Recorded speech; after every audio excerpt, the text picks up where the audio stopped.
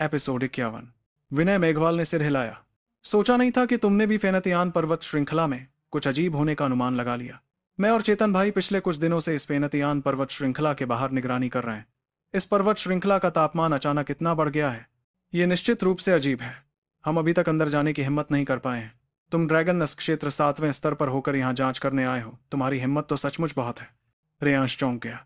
लंबे समय बाद उसने कड़वी हंसी के साथ कहा, आप दोनों से क्या ही छिपाऊं।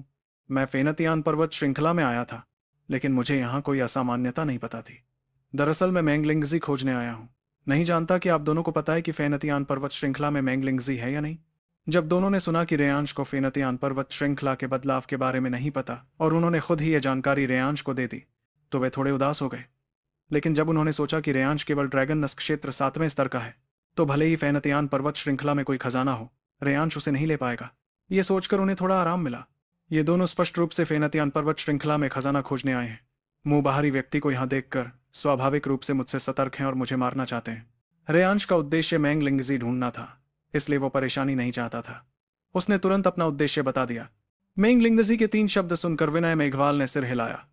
फेनतियान पर्वत श्रृंखला में वास्तव में बहुत मैंगलिंगजी होती हैं। हम भी पहले इसे तोड़ने गए हैं। हमें मोटे तौर पर पता है कि कहाँ मिलती हैं। रेयांश बहुत खुश हुआ। उसे उम्मीद नहीं थी कि विनम्रता से काम बन जाएगा। उसने तुरंत कहा, नहीं जानता कि आप दोनों बड़े भाई मुझे अंदर ले जाकर खोजने में मदद कर सकते हैं। दोनों ने एक दूसरे की ओर देखा। अभी फेनतियान पर्वत श्रृंखला की असामान्यता केवल उन दोनों को पता थी।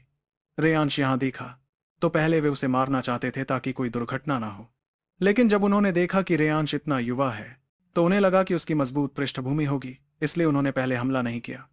फिर जब उन्होंने सुना कि रेयांश फेनतियान पर्वत श्रृंखला के बदलाव में दिलचस्पी नहीं रखता और रेयांश की तारीफें भी बहुत अच्छी लगी, तो उन्होंने कहा, ठीक है, हम कल वैसे भी अंदर जांच करने वाले थे, तुम्हें साथ ले चलने में कोई दिक्कत नहीं, लेकिन फेनतियान पर्वत श्रृंखला बहुत खतरनाक है।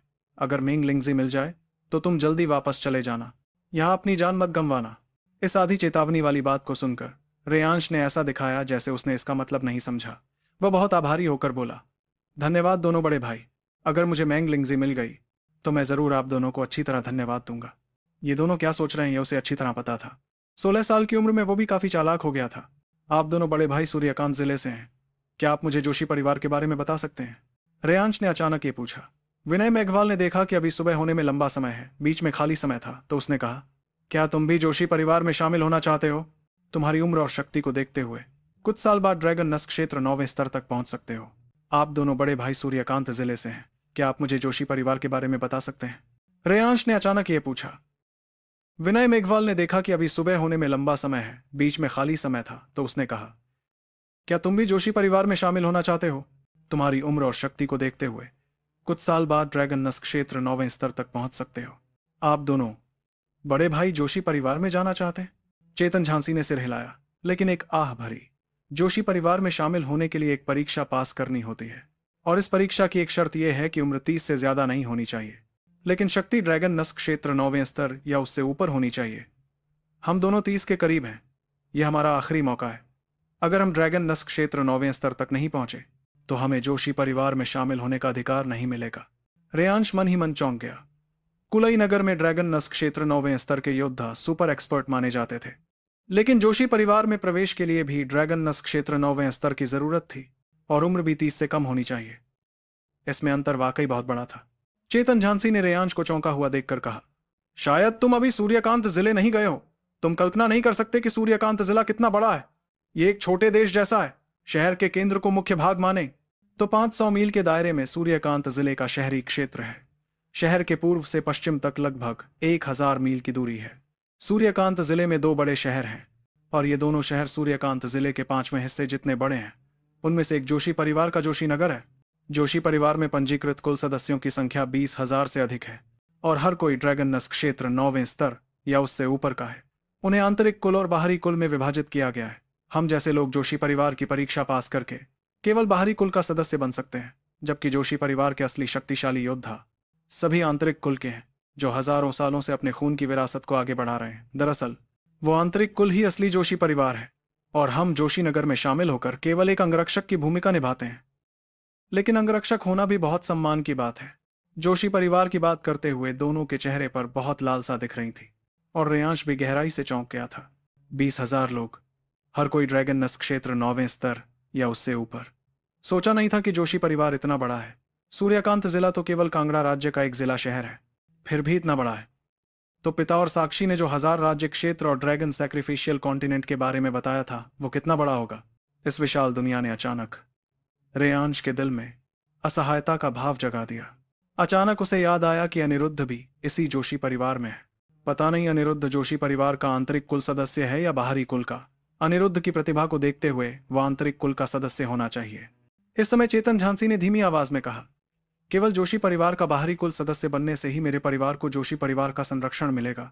ये कोई नगर प्रमुख भवन जैसा संरक्षण नहीं होगा, बल्कि असली शक्तिशाली योद्धा भेजकर मेरे सभी संभावित दुश्मनों को खत्म कर दिया जाएगा। अगर अच्छा प्रदर्शन किया तो निश्चित रूप से आसमान छूने का मौका मिलेगा। रेयांश ने इस बात को चुपचाप याद कर लिया। इस समय उसके दिल की असहायता गायब हो चुकी थी। जब उसे ड्रैगन जेड और वह रहस्यमय विरासत रक्त याद आया तो वह आत्मविश्वास से भर गया। अगर वह विरासत रक्त सचमुच ताएगो ब्लड स्पिरिट ड्रैगन का है तो मुझे किस बात का डर। आखिर वह 10 महान पूर्वज ड्रैगन में से एक है। रेयांश भाई, हम दोनों भाइयों को भले ही मोटे तौर पर पता है कि मेनग्लिंगजी आमतौर पर किस इलाके में पाई जाती है, लेकिन महाअरण्य पर्वत इतना विशाल और असीम है, और फीनतियान पर्वत श्रृंखला भी कोई छोटी नहीं है। उस इलाके में भी हमें मेनग्लिंगजी तुरंत मिल जाए, ये जरूरी तो नहीं है। आगे चलते हुए विनय मेघवाल अचानक पीछे मुड़ा और रेयांश से बोला। इस दौरान हट्टे कट्टे चेतन झांसी ने भी पीछे मुड़कर कहा, हालांकि हम दोनों भाई वैसे भी इस फेनतियान पर्वत श्रृंखला की जांच पड़ताल करने वाले हैं, तो साथ में तुम्हारे लिए भी देख लेंगे। इस पर्वत श्रृंखला में खतरे अनगिनत हैं। अकेले खोजना तुम्हारे लिए बहुत खतरनाक होगा। बेहतर होगा कि तुम हमारे साथ ही रहो। रेयांश ने तुरंत सिर हिलाते हुए कहा, दोनों बड़े भाइयों की ताकत असाधारण है। इस बार आप दोनों के साथ फेनतियान पर्वत श्रृंखला में जाना, यह वाकई मेरा सौभाग्य है।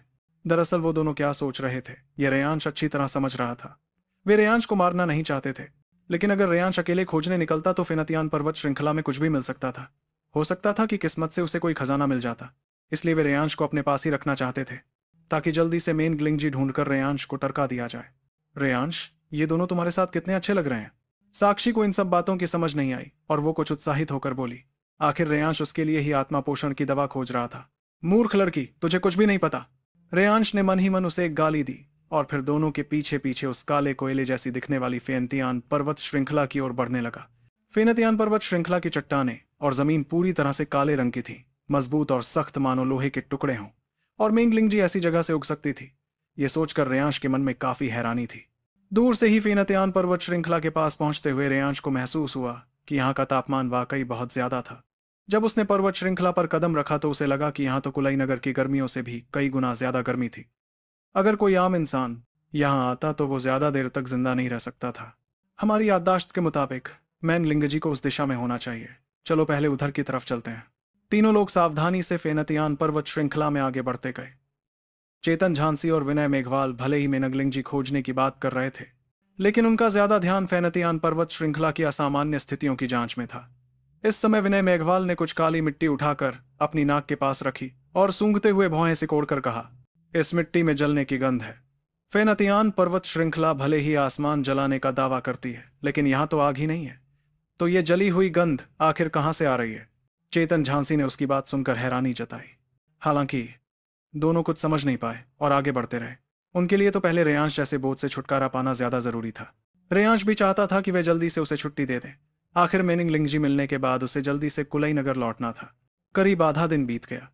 रास्ते में एक येलो रैंक 7वें ग्रेड का राक्षसी जानवर भी आ गया, लेकिन चेतन झांसी ने उसे आसानी से निपटा दिया।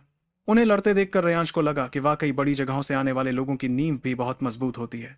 चेतन झांसी ने भी एक येलो रैंक हाई टियर की युद्ध तकनीक का इस्तेमाल किया था, जो बेहद शक्तिशाली थी। पहले बहुत से लोगों को इस इलाके में मेनग्लिंगजी मिली थी, तो हम अभी यहीं खोजते हैं। हर किसी को कोशिश करनी चाहिए कि बाकी दोनों की नजर में रहे, ताकि खतरे में एक दूसरे की मदद कर सके। रेयांश, तुम उम्र में छोटे हो, लड़ाई का अनुभव भी कम है, महाअरण्य पर्वत के खतरों को नहीं जानते। अगर कोई खतरा हो तो जोर से चिल्ला देना।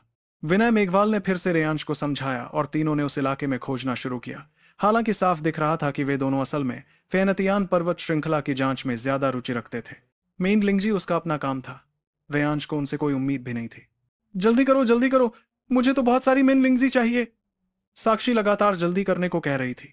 कोई भी खजाना आमतौर पर बहुत दुर्लभ होता है, मिलना किस्मत पर निर्भर करता है। रेयांश इस तरह जानबूझकर खोज रहा था। हालांकि यहां मेनग्लिंगजी जरूर थी, लेकिन इसकी कठिनाई का अंदाजा लगाया जा सकता था। भले ही तीनों बहुत मेहनत से गहराई में जाते रहे, लेकिन 4 दिन धीरे धीरे बीत गए और अभी तक कुछ नहीं मिला। इस समय तक रेयांश की भवों के बीच चिंता की रेखाएं गहरी हो गई थीं। अगर आधे दिन में भी नहीं मिली तो उसे वापस लौटना होगा। गॉड फ्रूट की होड़ नायक कुल के लिए बेहद महत्वपूर्ण थी और रेयांश नायक कुल की मुख्य लड़ाकू शक्ति था। अगर वो नहीं होता तो नायक कुल की हार निश्चित थी। इस समय उसे नायक कुल में बैठकर रखवाली करनी चाहिए थी। साक्षी के लिए मेनलिंगजी खोजने निकलना ही एक जोखिम था। अब 5 दिन बीत चुके थे। यहां से कुलीनगर लौटने में भी 1 दिन लगेगा। गॉड फ्रूट के पकने का समय भी करीब आ रहा था। रेयांश को ना पाते देख साक्षी ने उसे तसल्ली देते हुए कहा, सुनो, मुझे वाकई मौत से डर नहीं लगता। वैसे भी पहले से ही मेरा समय करीब करीब खत्म हो चुका था। अब इतने दिन और जी लिए, मैं तो बहुत खुश हूं। आगे क्या होगा स्टोरी में जानने के लिए सुनते रहिए इस स्टोरी को और चैनल को भी ज्वाइन कर ले। आगे के एपिसोड इसी चैनल पे आएंगे तो सब लोग इसे ज्वाइन कर